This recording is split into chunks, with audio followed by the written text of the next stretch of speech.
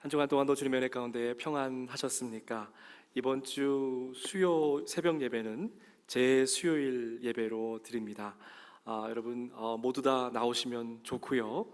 혹시 못 나오시더라도 우리가 라이브 스트리밍으로 함께 예배 드리니까 우리 이번 사순절 기간 동안 한번 하나님 앞에 작정하시고 우리 사순절을 새벽을 함께 예배로 시작한다, 기도와 묵상으로 시작한다, 이렇게 귀한 결단을 좀 하시기 바랍니다. 사랑하는 교우들의 이마에 제를 발라드리면서 이번 주 수요일에 기도와 묵상으로 사순절을 이제 열어가려고 합니다. 올해 사순절 좀 우리 마음 가운데에 거룩한 그러한 결단과 소망이 있었으면 좋겠습니다. 해마다 다가오는 그러한 사순절이 아니라 성령의 도우심 가운데에 저와 여러분이 우리 와싱턴 한인교회 전 교회 공동체가 영적으로 더욱더 성숙해지는 그러한 귀한 계기가 되기를 원합니다. 어떤 남자분이 벼랑 끝에서 까마득한 절벽으로 이제 막 떨어집니다. 간신히 가느다란 나뭇가지 하나 붙잡고 대롱대롱 매달렸습니다. 그 나뭇가지가 육중한 이분의 몸무게를 견디지 못해서 이제 막 부러지려고 하는 그러한 찰나입니다. 하나님, 만약 살아계시다면 저를 좀 살려주세요. 하나님께서 그 남자에게 물으셨습니다. 정말 나를 믿느냐? 물론이죠. 하나님 믿고 말고요. 나를 믿는다면 네가 지금 붙잡고 있는 그 나뭇가지를 해서 네 손을 띄어라. 그 남자가 1초도 주저하지 않고 더 절박하게 더 큰 소리로 외칩니다. 어디 이 하나님 말고 다른 하나님이 근처에 계시면 제발 좀 저를 도와주세요. 믿을 수 있다는 것, 그리고 믿게 된다는 것, 여러분 가만히 생각해 보면 그게 그렇게 쉬운 일이 아닌 것 같습니다. 철저한 믿음은요, 지금 우리가 끝까지 붙잡고 있는 그 가느다란 나뭇가지마저 내려놓는 결단을 요청합니다. 많은 분들이 내 의지로, 내 노력으로 하나님을 믿을 수 있다라고 생각하지요. 여러분, 어느 정도는 내 힘으로, 내 노력으로 그것이 가능할지도 모르겠습니다. 마인드 컨트롤, 최면, 모든 걸 다 동원해서 내가 지금 하나님을 믿는다고 착각에 빠질 수도 있습니다. 그런데 믿음의 정의가 뭡니까? 철저하게 하나님 한 분만을 믿고 따르고 의지하는 것이 믿음이잖아요. 그런데 만약 혹시라도 하나님과 동시에 한 손으로 하나님 붙잡고 다른 한쪽으로는 우리가 붙잡고 있는 게 있다라고 하면 그것은 아마 진정한 믿음이 아닐 것입니다. 도저히 내 힘, 내 능력만으로는 하나님 한 분만을 믿고 따라갈 수가 없습니다. 현대 크리스찬들을 가만히 보니까 오해하는 것이 하나 있는 것 같습니다. 구원은 하나님의 은혜라고 믿어요. 그런데 믿음은 내 의지라고 생각하는 것입니다. 그래서 그 믿음이 내 머리와 내 가슴에서 온다라고 착각하지요. 그런데 사실 믿는 것, 믿을 수 있는 것, 그 믿음은 역시 하나님의 은혜로만 가능한 것입니다. 사랑하는 교회 여러분, 지나온 삶과 지금 걸어가시고 계신 그 삶의 발자국들을 한번 생각해 보십시오. 하나님이 함께 하셔야만 그토록 소중하게 붙잡고 있었던 것들, 당장 그거 없으면, 아니 그것마저 잃어버리면 큰일 날 것 같은 것들도 믿음이 있을 때, 하나님이 우리 곁에 계실 때에 놓아버릴 수 있는 것이죠. 히브리서 기자는 믿음이 뭔지를 아주 구체적으로 이야기하고 있습니다. 여러분 한번 잘 보세요. 믿음은 우리가 바라는 것들의 확신이요, 보이지 않는 것들의 증거입니다. 저 말씀을 보면 믿음이라는 것이 눈에 보이는 세계와 관련되어 있지 않은 것입니다. 오히려 보이지 않는 것, 그리고 저와 여러분이 영적으로 갈망하고 소망했던 것, 그것이 바로 믿음의 세계라고 하는 것입니다. 너무 세상이 어처구니 없고 요지정 같은 그러한 세상을 살다 보니까 눈을 뜨고 내 눈앞에서 지금 펼쳐진 사건도 믿지 못할 때가 참 많이 있습니다. 그런데 하물며 보이지 않는 것을 어떻게 우리가 믿을 수 있단 말입니까? 하나님께서 나를 빚으셨고 나의 인생의 생사화복을 주장한다고 여러분 믿으십니까? 이 사실이 믿어지려면 사실은 하나님의 절대적인 은혜가 필요하다는 것입니다. 저와 여러분이 살고 있는 세상은 3차원의 세상입니다. 그런데 영적인 세계, 그 4차원으로 들어가려면 반드시 하나님의 은총이 필요합니다. 히브리서 11장에는 수많은 믿음의 거인들이 등장합니다. 믿음으로 에녹은 죽음을 보지 아니하고 하늘나라로 돌리움 받았습니다. 믿음의 눈으로 노아는 아직 닥치지 않은 홍수를 마치 본 것처럼 생각하면서 방주를 짓기 시작했습니다. 믿음으로 아브라함은 하나님이 허락해 주신 약속의 땅을 향해서 첫 발을 내디뎠습니다. 믿음으로 모세는 유월절을 준비하면서 문설주에 기름을 발랐습니다. 제가 요즘 우리 공동체 안에 있는 자녀들을 생각하면서 기도하는 게 있어요. 얼마나 세상이 악합니까? 하나님, 우리 어린 자녀들의 생각의 문, 마음의 문에 유월절 어린 양의 보혈을 발라주십시오. 하나님, 넘어가는 역사가 그들 가운데 있게 해주십시오. 특별히 대학에 가 있는 우리 아이들, 하나님 그 기숙사 방문에다가 유월절 어린 양의 피로 인쳐주십시오. 뉴욕이나 또 다른 지방에 출가해서 직장 생활하고 가정을 꾸리고 있는 우리 자녀들, 하나님 그 가정의 호주가 되어주시고 그 문설주에 기름을 발라주셔서 6월의 역사가 그 가운데에 일어나게 해주십시오 라고 하는 기도를 드립니다. 여러분, 이런 기도는 사실 보이지 않는 것에 대한 기도입니다. 보이지 않는 세계에 하나님의 도우심의 손길이 있기를 원하는 기도입니다. 이것이 바로 믿음인 것이죠. 믿음은 이스라엘 백성들이 여리고 성의 그 주위를 7일 동안 돌고 나서 그 성을 무너뜨리게 만드는 것입니다. 믿음이 없이는 하나님을 기쁘시게 해드릴 수 없습니다. 여러분, 우리가 하나님을 기쁘시게 해드릴 것이 있는데 그것은 바로 우리의 믿음이라고 하는 것입니다. 그 믿음의 내용은 무엇입니까? 두 가지예요. 첫 번째로 하나님이 우리 곁에 지금 살아 계시다는 것입니다. 두 번째로 우리가 그의 하나님 앞에, 그분의 보좌 앞에 나가기만 하면 우리 하나님께서는 우리를 주목하여 보시고 저와 여러분을 축복해 주시려고 기다리고 계신 분이다라는 것이죠. 하나님께 나아가는 사람은 하나님이 계시다는 것과 자기를 찾는 자에게 상 주시는 이심을 믿어야 할지니라.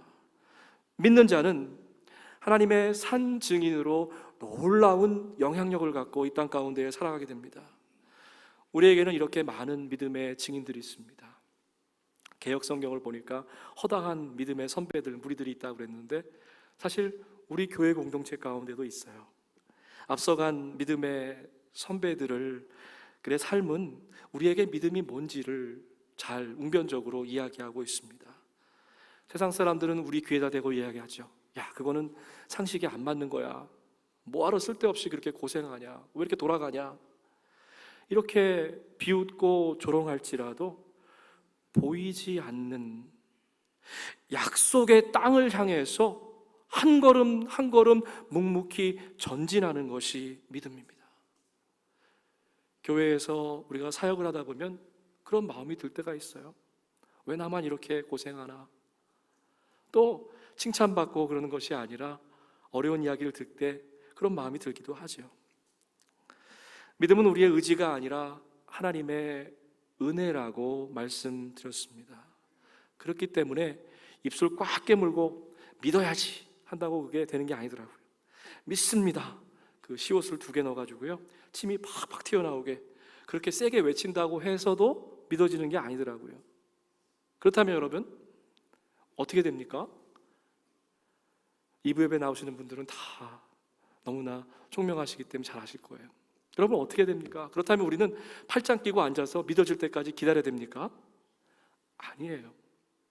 하나님이 저와 여러분을 로봇이나 기계로 만들지 않으셨습니다. 주님께서 우리가 주님을 찾기 전에 우리에게 먼저 다가오셨어요. 그것이 바로 우리가 믿는 선행 은총이라는 것입니다. 뿐만이 아니라 free will, 우리에게 자유의지를 주셨고 그 의지를 가지고 하나님을 믿도록 구체적인 결단을 하도록 우리를 도와주시는 분이 바로 성령님이시라는 거죠. 어떻게 하면 이 믿음의 은혜, 여러분 제가 지금 얘기하는 거 잘 들어보세요. 믿음의 은혜, 믿음이 은혜라는 거예요. 믿음의 은혜를 만끽할 수 있겠습니까? 오늘 본문 말씀은 아주 구체적으로 세 가지로 어떻게 하면 우리가 믿음을 가질 수 있는가에 대해서 이야기합니다. 첫 번째로 저와 여러분의 몸이 좀 가벼워져야 됩니다. 여러분 이것도 무슨 뚱딴지 같은 말입니까? 체육대회에 나가면요, 열심히 뛰는 선수들은 절대로 거추장스러운 그런 옷을 입지 않습니다. 모두 다 가만히 보면 반바지에 반팔, 운동하기에 꼭 알맞은 그러한 복장입니다. 그리고 경기가 시작되면은요, 쓰고 있던 선글라스도 벗어요. 그리고 주머니에 있던 셀폰도 꺼내고, 요즘 분들 보니까 셀폰이 없으면 무슨 큰일 나는 것처럼 생각하시는 분들이 많은 것 같아요. 셀폰도 내놓고 그 다음에 주머니 속에 있던 차키도 좀 빼놓고. 왜 그렇게 합니까? 왜 그렇게 합니까? 그런 것들이 경기하는데 방해가 되기 때문에 그래요. 제가 예전에 들은 얘기인데, 봉제공장 그 미싱틀 앞에서 일하시는 분들 중에 상당수가 손에다가 큼지막한 대학교 졸업반지를 끼고 계신답니다. 모두 다 실제로 그 옛날에 특정한 대학교를 졸업하시는지 잘 모르겠습니다. 그런데 마음 가운데 그런 마음이 있는 거죠. 우습게 보지 마. 이래봬도 내가 어느 대학 출신이야. 이런 마음으로 자랑스럽게 반지를 끼고 일하십니다. 이런 분들은요, 과거에 얽매여서 사시는 분들입니다. 마음 가운데 그런 마음이 있죠. 옛날에 내가 그래봐도 한가닥 했어. 아직까지도 학벌, 가문, 재산 이런 거 따지시는 분들은요, 정말로 몸이 많이 무거우신 분들입니다. 예수 그리스도 안에서 배움이 좀 모자라면 어떻습니까? 성령님 안에서 가문이 좀 처지면 어떻습니까?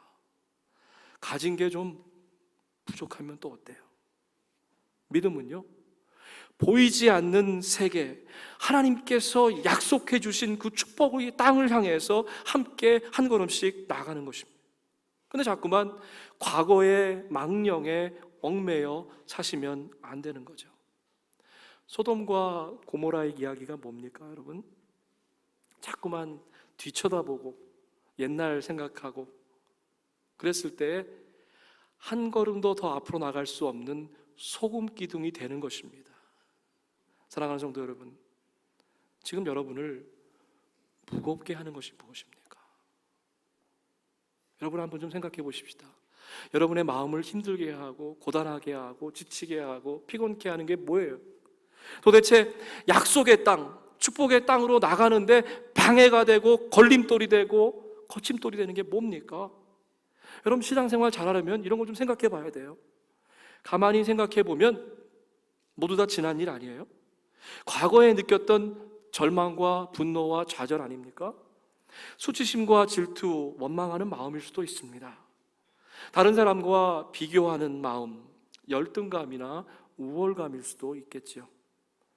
이미 시간은 다 지나갔는데 차는 다 떠났어요. 그런데 왜 아직도 옛 감정을 그토록 단단하게 붙들고 계십니까? 믿음의 경주를 하는데 방해가 되는 거추장스러운 것들을 좀 벗어버리십시다. 믿음의 길로 나가려고 하면은요, 제일 첫 번째로 저와 여러분의 몸이 좀 가벼워져야 된다는 거예요. 갖가지 무거운 짐과 얽매는 죄를 벗어버리고 우리 앞에 놓인 다름질을 참으면서 달려가십시다. 하나님께서 은혜로 값없이 부어주시는 그 믿음의 세계를 여러분 좀 우리가 만끽하길 원해요. 그러려면 제일 먼저 해야 될 것이 있는데, 하나님께로 나아가는데 방해가 되는 것들, 그런 것들을 우리가 다 치워버려야 돼요. 모조리 다 걷어버려야 됩니다. 이것은 마치 선물을 받기 위해서 그릇을 준비하는 과정과도 같습니다. 어제하고 오늘 무슨 하늘에 구멍이 뚫린 것처럼 비가 많이 오더라고요. 근데 여러분, 이런 장대비가 오면 뭐합니까? 우리 옛날 부흥사들이 얘기하던 거 있잖아요. 장독 뚜껑 열어놓지 않으면 비를 받을 수 없다.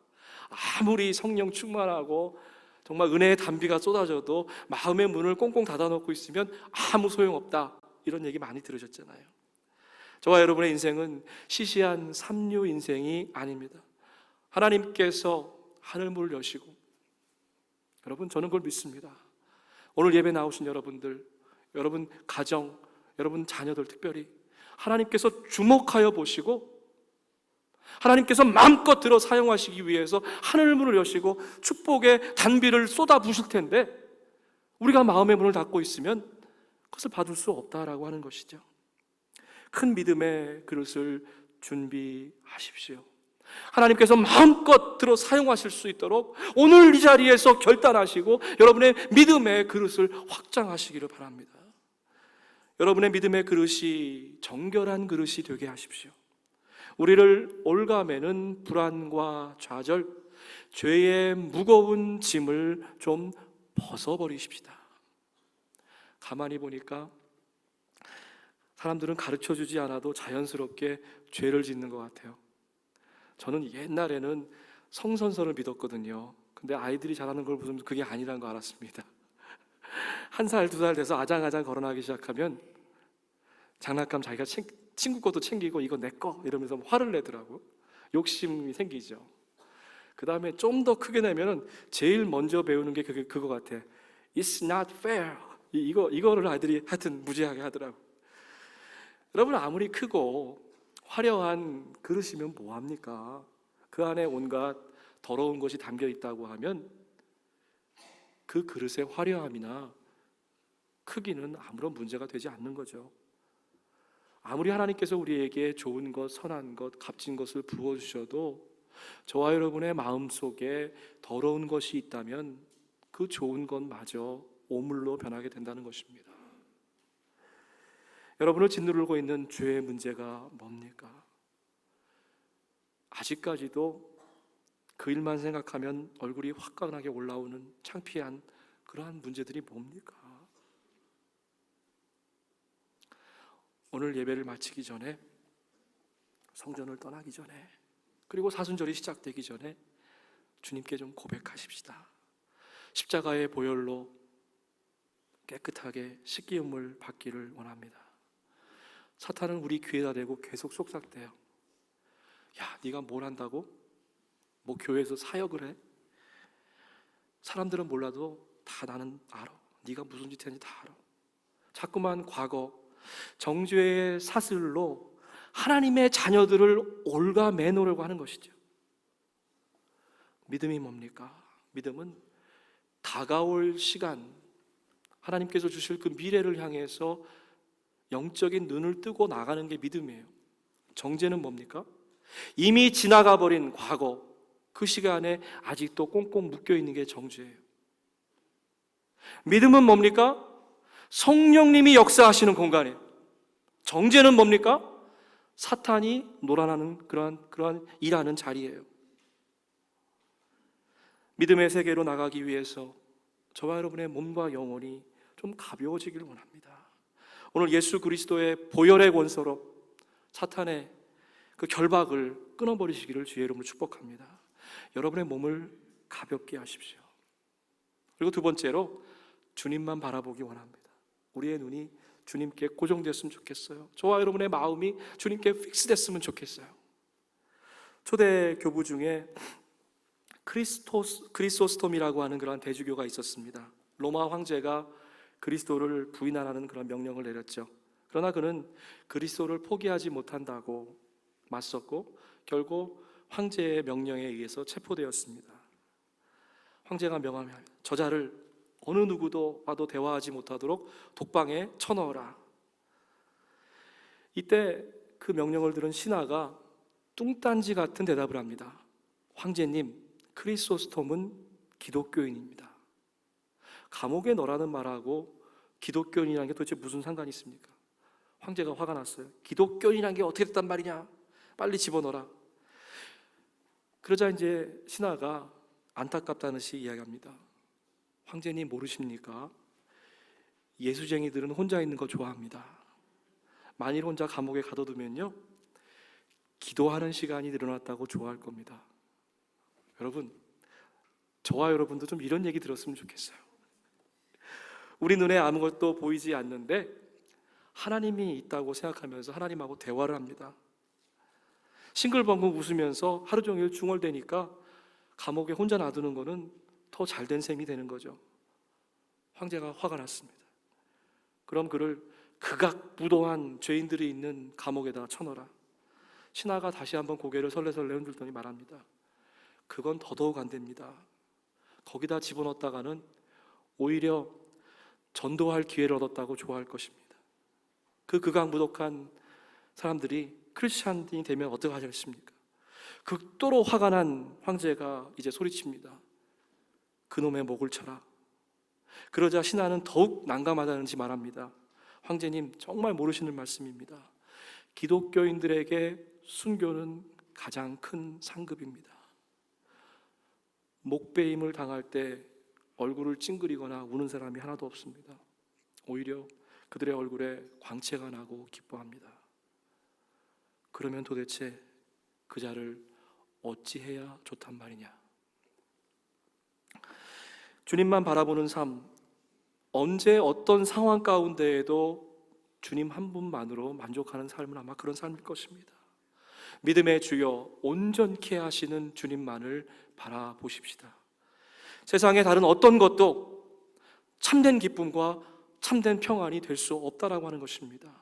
주님만 바라볼 때에 큰 믿음으로 위대한 결단을 내릴 수 있습니다. 여러분, 지금 끝까지 끈질기게 붙잡고 있는 그 나뭇가지 하나, 그거 뭡니까? 어차피 지금 우리가 붙잡고 있는 그 가녀린 나뭇가지가 저와 여러분의 인생에 구원이 되지 못한다는 것 다 잘 알고 계시잖아요. 우리가 그토록 믿고 의지하는 것, 언젠가는 반드시 오히려 더 실망과 좌절을 우리에게 안겨줍니다. 그 뚱뚱한 남자가 붙잡고 있던 나무가지 그거 부러진다는 것은 여러분 사실 시간 문제지요.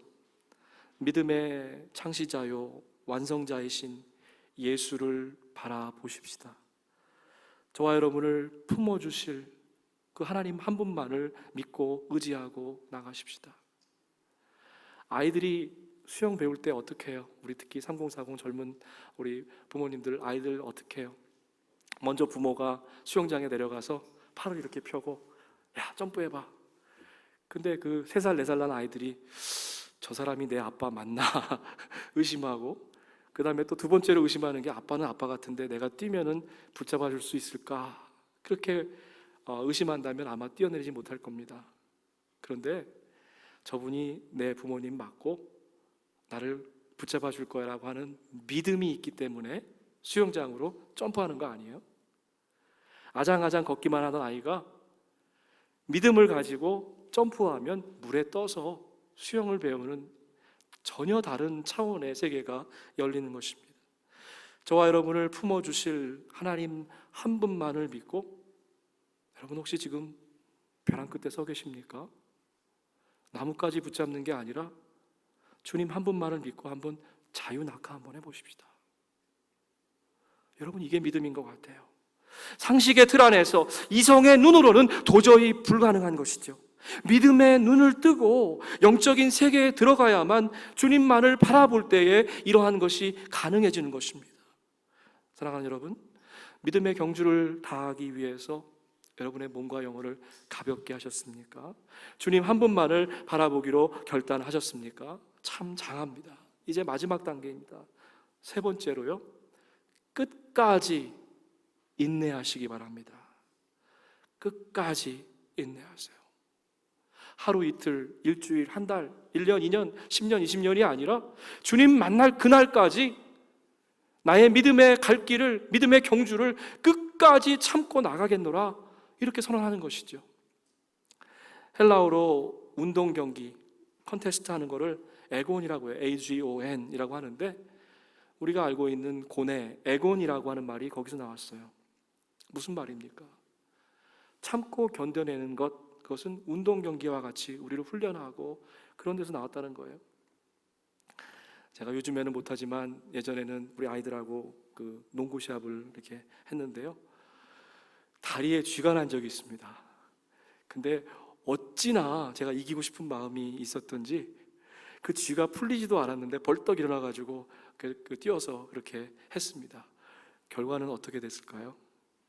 참패당했습니다.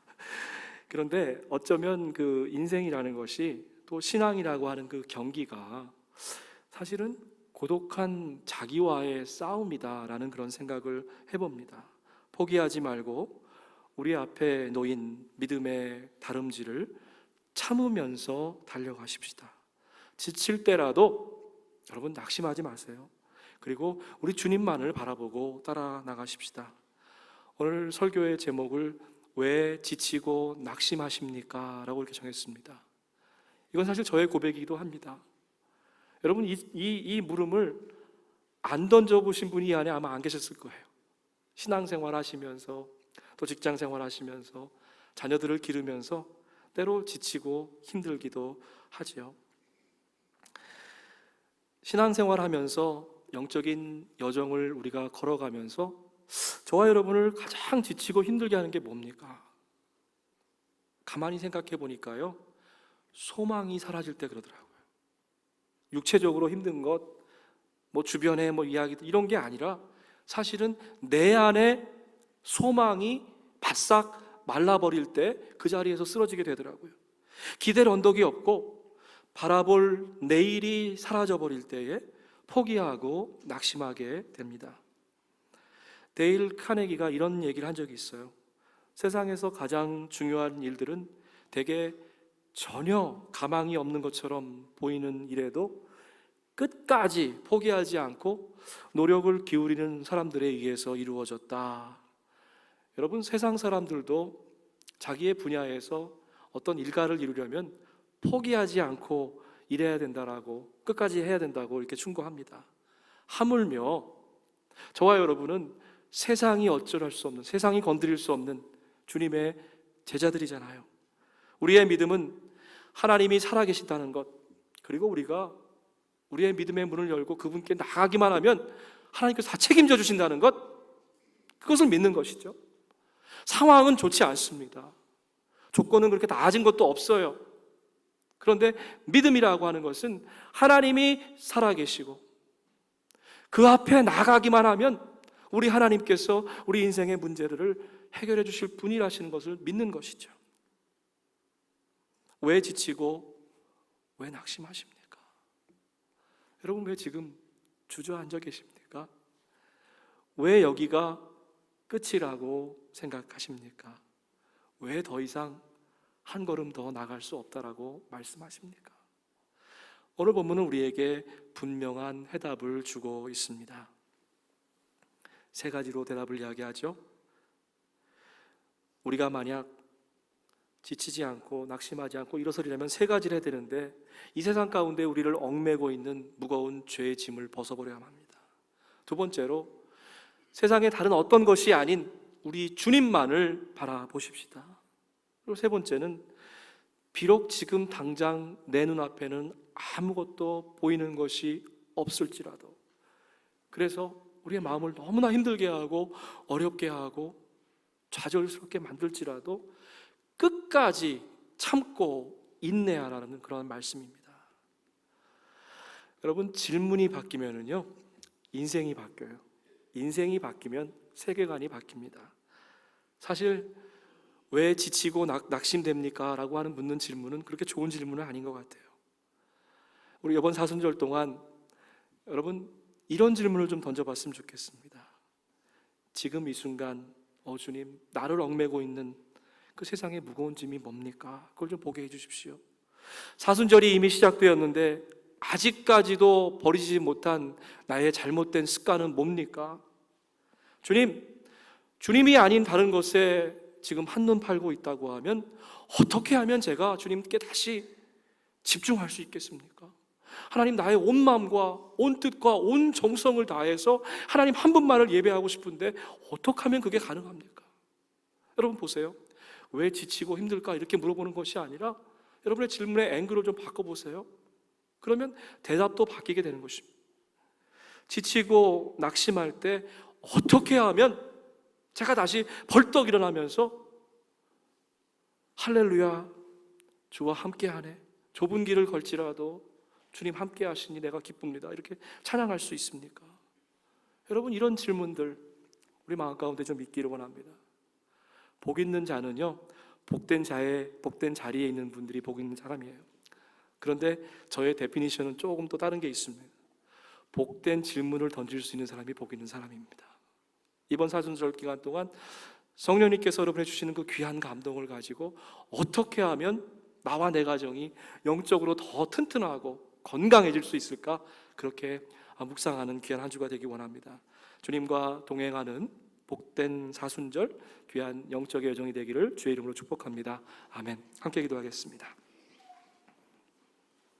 하나님 감사합니다. 오늘 말씀을 통해서 믿음도 주님께서 부어주시는 귀한 은혜임을 고백하게 하시니 감사합니다. 이번 사순절 구체적으로 이 시간 결단하기 원합니다. 하나님, 하루의 첫 시간 하나님께 드리기 원합니다. 말씀과 기도로 다시 한번 영적으로 무장되기 원합니다. 하나님의 뜻을 분별하고 그 뜻대로 살아가는 저희들 되게 인도하여 주시옵소서. 감사하옵고 예수님의 이름으로 기도합나이다. 아멘.